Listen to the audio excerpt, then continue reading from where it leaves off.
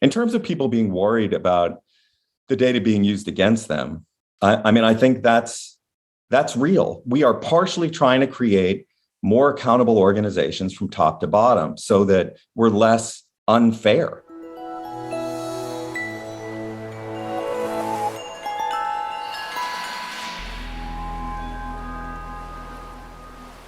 Well, hi, everybody. You're back on the Faculty Factory podcast, and I have the distinct privilege of looking at a very handsome man, the second podcaster ever on the Faculty Factory podcast, Dr. Dan Shapiro. Dan, hello. Hello. So you know what this is like for me since I did your second podcast ever. Now you've had all these, these incredible people on the podcast. I feel like that, you were in homeroom with like four other people and I was one of them. And like, we went to the prom and now you've been off to New York and Paris and Los Angeles and you've come back home and like, there's like a little local person I can talk to. That's what this is like. You're so funny. This is definitely a reunion tour. For those of you who are new to the Faculty Factory podcast, Dr. Dan was indeed our second episode ever on the Faculty Factory podcast because he was the first one who was a successful interviewee, but I accidentally deleted Dr. Charlie Irvin, who was supposed to be the first. That's a long story. Anywho, 3 years ago, almost to the day, Dr. Shapiro came and talked to us about all the wonderful work he's doing in the office he built at Penn State. So this is kind of a reunion for a frequent flyer, colleagues and friends who really have a heart and a passion and just something that we just can't even help ourselves from serving faculty and coming up with creative and innovative programs. Dan talked last time about these really cool, innovative recruiting strategies. And I got to be part of that at the professional development conference way back in the day when we used to meet in person.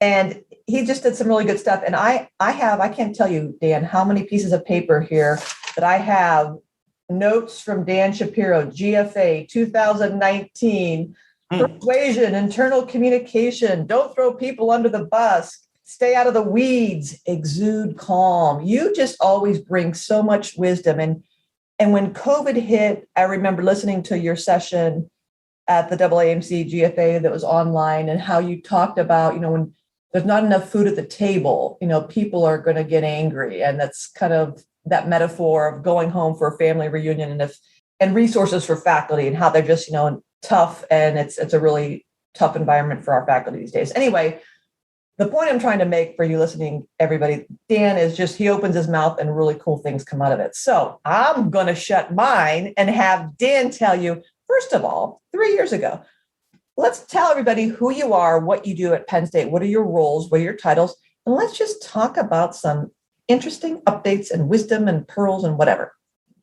Sure. So I'm the Vice Dean for Faculty and Administrative Affairs at Penn State. And if you put that title into a administrative translator, what comes out the other side is part middle school vice principal, part dean whisperer, and part recruiter. I think, and those are kind of the three major parts of this job. Certainly we're seeing a lot more, grumpy faculty, grumpy patients, and I think this is a really hard time to be a College of Medicine faculty member. But what I want to really focus on today is the use of data, cultivating data where you are.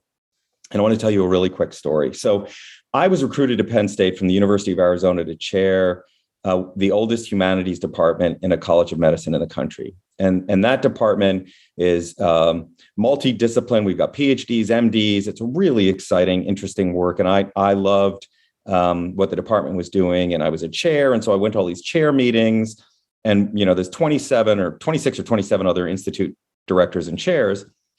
And I began to learn about administration and administrivia and leadership across the complex academic health science center that we lived in. And one of the things I noticed was that how chairs were viewed and often how the resources they could command and recruit to their units were partially and largely based on how well they managed larger meetings. Executive, when all the executives were together, were they liked? Were they compelling? Were they funny? But not actually based on data. And so I began, when I transitioned into the vice dean role, I began to do homework on how colleges of medicine use data. And certainly we're pretty sophisticated somewhat around how we recruit students, maybe less so how we recruit residents, and using data and getting, data for ACGME and LCME. But we're pretty bad at measuring ourselves across missions by unit compared to other industries. So if you look at mining, gaming, finance, insurance, all these other industries rely really heavily on data, and they're pretty sophisticated. And we are not. So in February of 2017, recognizing this, I went to the data holders across missions. So the people who actually are the nerdy backroom folks who are calculating data in education, in medical education, in finance, in our faculty affairs office, and in research. And I brought them together in a room. There were like 8 of us. And I said, and it was hard. First of all, it was hard to get everybody there because they were like, hey, you're not, this is not my swim lane. And they were clear, like, you're a different vice dean. Like, I don't report to you. Why am I having to come to this? So I got them all in the room after, cajoling and begging and pleading. And I said, we are going to create radar. We're going to create radar so that deans can have informed conversation with chairs. And to me, some of the most high stakes conversation in our academic health science center between the dean or the leader and the chairs, because they set the stage for what we're going to hold folks accountable for, what we're aiming towards together. And that's where things get clarified. For example, we're not going to want every department to be a heavily in education. We're not going to want every department to be a superstar research department, right? Like, that doesn't make sense. You've got to deploy your people according to what their talents are, and they cost different amounts. So, and they bring in different amounts, and they have different tasks, right? So you want to distribute your accountability differently by mission. And the only way I knew to do that was to give both parties, both a chair and the dean or the executive leader, the same data. So I said, we're going to create radar for the College of Medicine. And so by hand, we started assembling this 1-page dashboard. It took us months to put it together, but eventually we got it. And so, and now it's automated. Of course, it's, 4 or 5 years, it's almost 5 years later. It took a tremendous amount of time and begging with IT, who were off, usually distracted by the electronic health record, or, the system is buying hospitals. So it's hard to get their attention. But we finally have this thing automated so that for the first times, I am now watching charismatic, no matter how charismatic a chair is or non-charismatic, there's a data-based conversation happening between the dean and those leaders. And I'm going to tell you why this is particularly important for someone who cares about faculty. Because there are, out in our institutions, black holes of academic death. These are places faculty go to die, right? They get worked to death in one mission or another, and they don't get a chance to do the things they love, and they don't necessarily get a chance to do the things that help them get promoted. So using this, one of our calculations was the number of faculty who are eligible just based on the number of years they've been with us to have gone up for promotion under the number that actually went up for promotion. So, for example, if you have a department where you have 20 assistant professors who have been there for 11 years, no matter what your track system is, and none of them have gotten promoted, right? By percentage, you've got a problem. Like, in general, you should see at least 15 or 20% of them getting promoted every year. Like, they should be rolling in, reaching the right level, or more than that. And ideally, all of them ultimately should get promoted. If people are getting nurtured, and life happens, pandemics, international pandemics happen, but still people should have the resources and time to do the stuff that we exist for. So we used that data soon after the dashboard existed and was in decent shape. We used it to have a very difficult conversation with a chair and ultimately removed that chair because none of their people were getting promoted and they were riding them like, workhorses. And you dig beneath the surface and you discover these folks are just clinical machinery. They might as well be in private practices. They're not getting a chance to do anything they want. And the chair doesn't care. The chair was getting incentivized.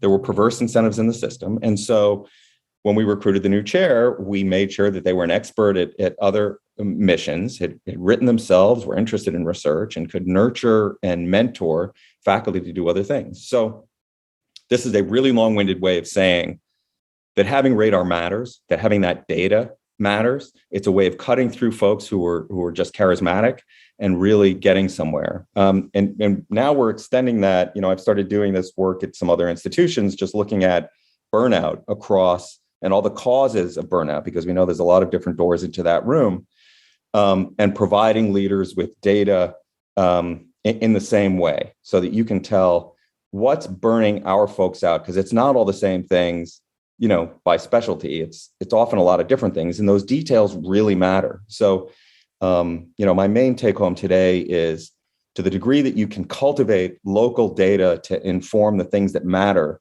our offices often need to be the ones that really carry that ball. Whew. All right. Dan, amazing as usual. And there's so many layers to what you just kind of laid on us.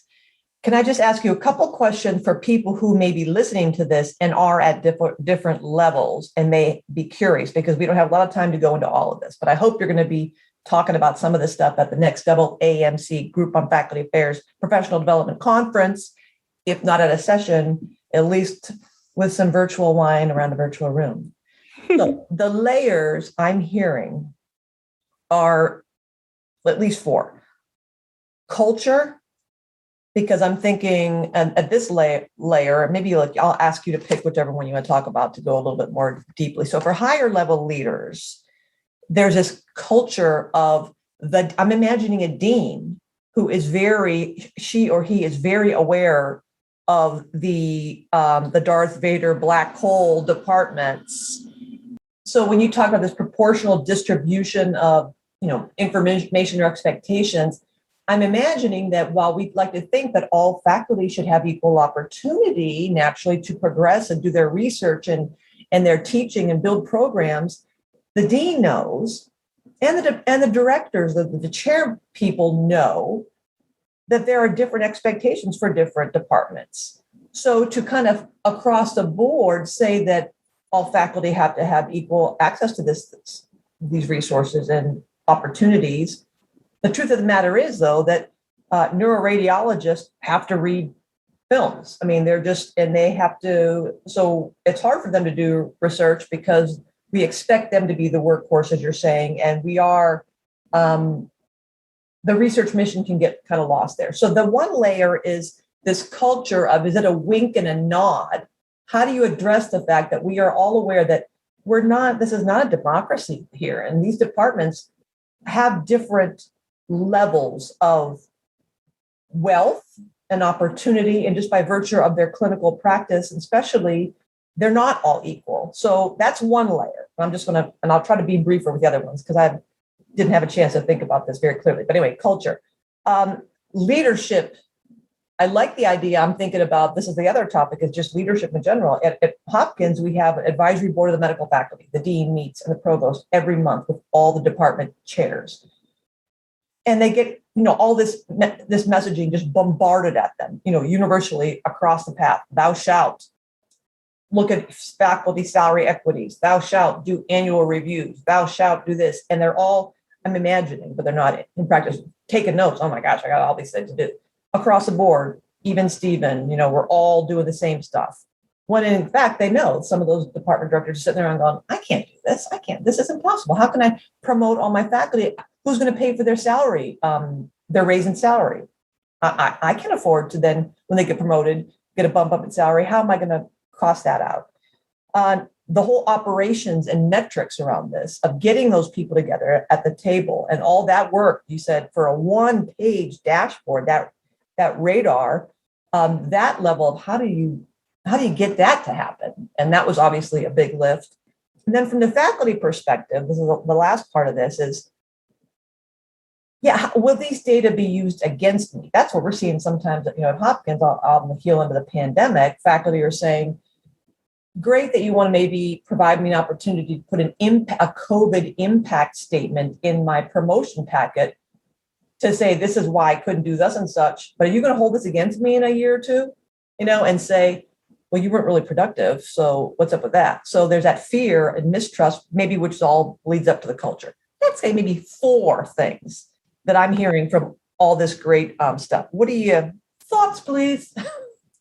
So the first part, just the logistics of getting the thing off the ground. In the beginning, we did it by hand, and then ultimately we had, automatic feeds from finance, automatic feeds from research affairs, and like publications and totals and that sort of thing we upload from centralized databases. So it was really getting these things. We happen to be using Click, which is a kind of data accumulator. And so we have now, this is a pretty complex dash that takes information from a variety of places and sweeps it in and harvests it so you can drill down. I don't think anyone is expecting every faculty member to have the same portfolio. A, faculty don't want that. And B, we wouldn't be able to function if that's what we did, right? If we have neurosurgeons doing all of our teaching and still wanting the salary of a neurosurgeon, I think we recognize that that's not realistic. And sometimes we do make sacrifices. Like if we have someone who has an incredibly high salary, is also NIH funded, I think we all recognize that there's going to be a gap between the NIH cap and what we can pay folks. And so we're constantly making those balancing, and a lot of us know that some primary care specialties aren't going to cover themselves financially, but we try to benchmark to say, look, here's the level of productivity we expect. And in some places, that's accumulated so that everyone gets the same salary. In other places, it's partially RVU based, but we're not arguing that everything needs to be exactly equal, but we are saying that if on the whole, a department or an institution isn't functioning across missions, then we really do have a problem. We're not living up to our reason for existing. And for those of us that are land grant institutions, it means we're really not contributing to the public good in the way we promised. In regards to the question you asked about data being used against us, the first thing we encountered was some people holding data who don't want to release it because they're the go-to person for the data. And they're like, what will my existence look like as a bureaucrat if no one needs me anymore? If you can just pull up all the data I have that make me special in this Shapiro damn dashboard, what am I going to do all day? Right. So that we had to overcome that people's importance isn't just based on their ability to keep their elbows high and prevent other people from reading the data. So that was one of the things we needed to get over. In terms of people being worried about the data being used against them, I think that's real. We are partially trying to create more accountable organizations from top to bottom so that we're less unfair, right? That it's that the people who are charismatic aren't the ones that get all the resources. And our hospitals are pretty good at measuring productivity. So that data has already existed. We're just trying to catch up on the faculty affairs side to say, hey, we can actually measure the other things that matter too, to compete with that. So that's not the only, we're taking people who've been acculturated since they were in high school to get a grade. And if the only thing I'm grading you on is your clinical productivity and you're getting no grade on the other side and no one's talking to you about it, well, we can tell what you're being held accountable for and we know how you're going to respond to that. So we're just trying to balance the ledger, but it is true. There are times when the data suggests, oh, wow, look, these folks they're not working, as hard as we need them to, or they're not producing, or they're not getting the resources they ought to be getting from the chair level. It's a really nice way of taking a look at how talented chairs are. We have annual conversations between the chair and the dean. And let me tell you really quickly just how those are organized. The first, we do 360s of all of our chairs also. And vice deans like me have a 360. The dean has a 360. So we all do those. And my office is responsible for those. So the first 20 minutes of a 1 hour meeting is reviewing the 360 and the chair's response to their 360, which is also electronic. And they have a conversation about that. And then the next 40 minutes, other people pop into these meetings. And I'm using that to describe, obviously a Zoom. And that's the president of the hospital, the finance, the vice dean for research, vice dean for education. And we have a conversation with the chair that is data-based across a SWOT analysis that includes its SWOT and our dashboard data, so that we have a substantive conversation about what's coming next year. That's time intensive, obviously. It takes a lot of preparation to do these things. Just doing the 360s by themselves is a lot of work, but I'm finally seeing the kinds of substantive conversations between deans and chairs because of this that I was missing when I was a chair myself, that I felt like. So, I think all of this work does pay off for our institutions. Mm-hmm. And do the faculty themselves have access to this dashboard? No, they don't. So okay. They have access to parts of it, right? They can see their own productivity. They can see their own financial contributions. They can see their RVUs. They know their own scholarship, but they're not seeing themselves compared to a whole bunch of other faculty, or how their chair, they're not seeing their chairs 360. They're not seeing things like that. No, I imagine that wouldn't make sense either. But I like how this balancing the ledger, keeping to the promise, because you're right. If this is the challenge I see in faculty development anyways, that a lot of what we want to impact is long-term, right? So if we're developing faculty members as they roll into our institution, welcome to the family. This is our culture. This is how we live around here. This is how we do things. And here are some resources and tools and programs and policies and to help you exceed your wildest expectations. And then a new dean comes along and says, what's that faculty development office doing? Doesn't HR do a lot of that? Or don't you have an organization development group that does that? Why do you need faculty development? Their professional societies do those kind of things for them. And so that's, to me, always been a tough nut to crack when you get down to data, because how do we demonstrate impact when, there are initial changes in knowledge, attitudes, or skills, maybe some intermediate outcomes like behavior change, but to actually have that change in condition or status, that can be 5, 6, 7, 8, 9 years down the road. And then is that a little bit too little too late? So that that observation leads me to your dashboard, that are these data, the canaries in the coal mine. You got a problem, Houston, you're not getting your women promoted, or you don't have enough underrepresented in medicine. There's no diversity here. In time, do they get the data in time to be kind of? Well, it's a conversation every year. Like the diversity question is something that we have all of that data and we go through it annually now. So your number of underrepresented in medicine, your percentage of underrepresented in medicine by rank. So we know that, the demographics are changing. So, but what we want to see is that trending in the right direction. And it gives a chance for a chair to talk back also. It gives them a chance to say, we had, we had a great pool of candidates for our most recent tenure track position. And, I had a committee made up of a really diverse group, and they picked this person who wasn't diverse. And so, that's why I'm in this situation I'm in right now. And they're turning out to be dynamic and great. So, but it's at least there's the dean and the chair aren't flying blind. They're having an informed conversation, at least. And I don't think leadership can be paint by numbers. I think these are complicated, but it's also a chance, because I'm in the room during these conversations, for me to say, hey, how are you investing in your people in terms of, and I know it's complicated as a chair because you're pulled in a lot of different directions. You're getting all this COVID guidance. We're making you jump through all these hoops and this bureaucracy and all this other stuff. But tell me what your development plan for all of your assistant professors is. You brought in these 4 people in the last year. What are they up to? Are they, don't forget Jen McCall Hosenfeld's junior faculty development program. You've got a couple of associate professors that could do her associate professor program. So, it's just built into the nomenclature now. Mm-hmm. And that, is part of those conversations. Are you seeing impact on faculty morale at Penn State?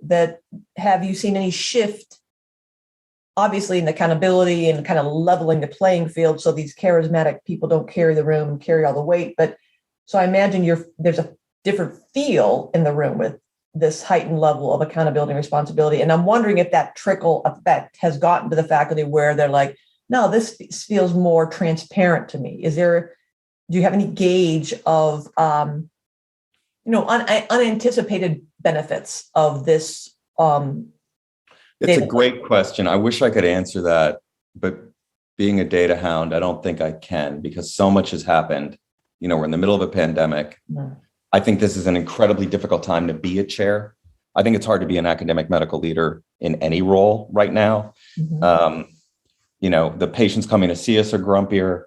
Our faculty are grumpier. The depression rates in some of the burnout evaluations I've done in terms of using a brief depression screener is like in the 30 percentile range. Like when before the pandemic, it was around 10%. And that's a really large percentage of people who are struggling. The sleep deprivation, difficulty sleeping, people feeling like they have physical responses to stress every week, depression, the substance use is higher among faculty. At least that's what we're measuring.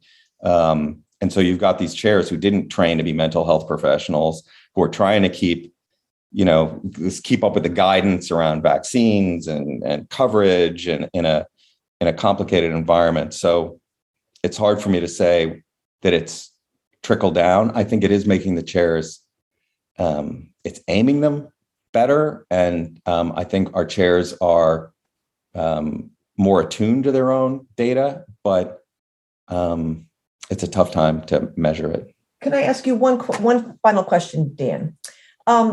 Just kind of want to noodle this around with you. So we all loved, I'm also a data doggy. I love a data doggy is what I'm saying, data hound. I love data, and I'm all about metrics and measuring, and I'm steeped in quantitative methodology from my sociology and epidemiology background. I get it. I love it. We need it.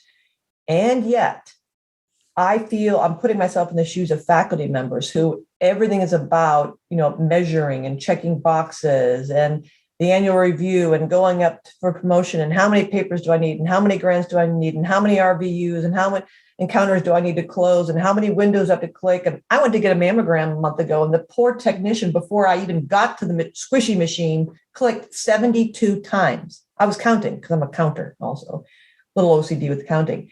And I was saying 1, 2, 3, 4, 5. I said, do you realize that you just clicked that mouse 72 times and I'm not even over to that machine yet? She said, oh, that's nothing. When you leave this room, I got a lot more clicking to do. And so all I'm thinking is the burden on faculty members of, yeah, this is great. I love the transparency. I love that this makes this whole process kind of blows things open about measuring things. And yet, for crying out loud, back to what you said, Dan, the promise. Where's the promise? I came here to do science, to discover, to create, to cure, to teach, to analyze. And I'm spending my day doing things that are clicking. I'm clicking, because I'm looking at the metrics. Am I hitting my numbers every day? And whatever those numbers are. So how do we as leaders find that sweet spot of metrics and data and dashboards and measuring stuff and making sure we're mindful of the promise of why we're here? And sometimes is it kind of like a faith thing where some things you just can't measure how much you thought today about that hypothesis? I mean, how do you balance that? So the dashboards I'm describing are really designed to change chair/dean behavior, to hold chairs accountable for nurturing the kinds of things faculty want to spend more time doing, right? I mean, that's really what this is about. It's measuring things like it's having an easy way to see the funding of the department, the research funding. It's an easy way to see the publication output and the number of applications that are going out, grant applications. So it's designed to change how chairs are measured and how they think about their behavior. It's a little less about faculty. But your point is a good one when it comes to faculty. And clearly not everything that counts can be counted, first of all. And I think good leaders know that. Mm-hmm. The other thing is that from the burnout work I'm doing on the side, there was a lot of work in most systems to do around the experience of feeling respected as a faculty member? Who screens your MyChart messages, for example, your patient portal messages? How much time are you spending interacting with insurance companies? Does your organization have a bureaucracy reduction team? Every bureaucratic idea was once a great one. Hey, we should have 3 or 4 people sign this international travel request form just to make sure everyone's in the loop. At one time, that was a great idea. Yeah. Until you realize that no one has not signed one of those things after the first person signs it ever. And so you could get rid of that. You know what I mean? Like simplifying, getting rid of. So yeah, I think your point is a good one. I think the dashboard is actually encouraging better faculty vitality, even though it is, data.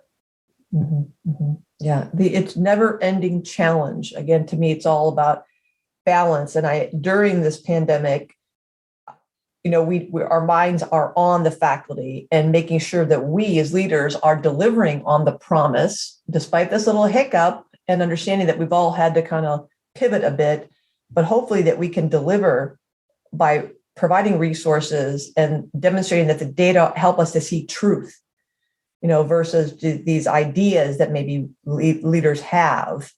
And some of the truth can fly against those people who have the charismatic persona and these false beliefs of what they're doing and then not doing. So that, I think, is so important about good leadership, is getting to truth and clarity. Fantastic. Dr. Dan Shapiro, as usual, always have lots of smart ideas. Would you like to leave with any parting thoughts? And I promise I won't say anything. Oh, just to all of our colleagues out there, can't wait to see you in person. Keep up the great work. Your jobs are so important given how droopy everybody is right now. And personally, I'm fed by our colleagues. I feel like the Graduate Faculty Affairs Group is my intellectual home, and I miss all of you and can't wait to see you in person. That's it. Thanks for tuning in to Faculty Factory Podcast. The mission of the Faculty Factory is to build and support a community of leaders in faculty development who share tools, resources, wisdom, and encouragement in service to our faculty members, schools, and institutions. We encourage you to go to facultyfactory.org to find out more. Get in touch with me, ask me any questions. Maybe you want to be interviewed on the podcast. Thanks for tuning in to Faculty Factory Podcast. We'll see you next time. The Faculty Factory podcast and website is sponsored by the Johns Hopkins University School of Medicine Office of Faculty. For more information, visit facultyfactory.org.